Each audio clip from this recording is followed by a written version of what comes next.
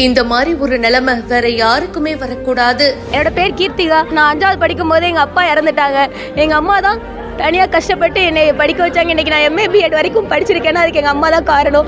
இனிமேல் நான் என்ன பண்ணுவேன்னு தெரியல. எனக்கு எந்த விதமான வாழ்வாதாரமும் இல்லை, அம்மாவும் இல்லாமல் அப்பாவும் இல்லாமல் நான் எனக்கு தனியாக நிற்கிறேன். கொடூர விபத்துல இறந்து போன தன்னுடைய அம்மாவை நினைச்சு கண் பார்வை இல்லாத மாற்றுத்திறனாளி பெண் கதறி எழும் காட்சி கல் மனசையும் கரைய வைக்குது. அம்மா சப்போர்ட், அம்மா இல்லாம அவ எப்படி இந்த எக்ஸாம் எழுதுவா? வாழ்வாதாரமும் இல்ல, பொருளாதாரமும் இல்ல. அந்த வாழ்வாதாரத்துக்கும் பொருளாதாரத்துக்கும் கவர்மெண்ட் அரசு அவளுக்கு ஒரு நல்ல ஒரு வாய்ப்பை ஏற்படுத்தி கொடுக்கணும். இந்த மாதிரி பிரைவேட் பஸ் உரிமத்தை ரத்து பண்ணி எங்களை மாதிரி எந்த ஏழைக்கும் பாதிப்புக்கு உள்ளாகக்கூடாது.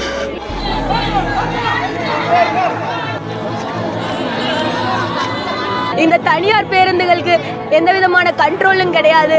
அவங்க ஸ்பீடை ஓவராக போகிறாங்க.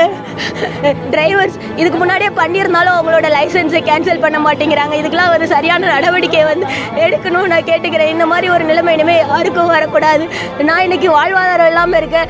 தென்காசி கடையநல்லூர் பக்கத்துல திருமங்கலம் கொல்லம் தேசிய நெடுஞ்சாலையில தனியார் பஸ்கள் நேருக்கு நேர் மோதிய விபத்துல 7 பேர் பரிதாபமா இறந்து போனாங்க. இதுல மல்லிகா அப்படின்றவங்க இறந்து போயிருக்காங்க. அவங்களுடைய உடல் வீட்டுக்கு கொண்டு வரப்பட்டிருக்கு. அவங்களுக்கு ஒரு ஆண் மற்றும் 2 பெண் குழந்தைகள் இருக்காங்க. அண்ட் அதுல ஒரு பெண்ணுக்கு 2 கண் பார்வையும் இல்லங்க, மாற்றுத்திறனாளி பெண் அவங்க.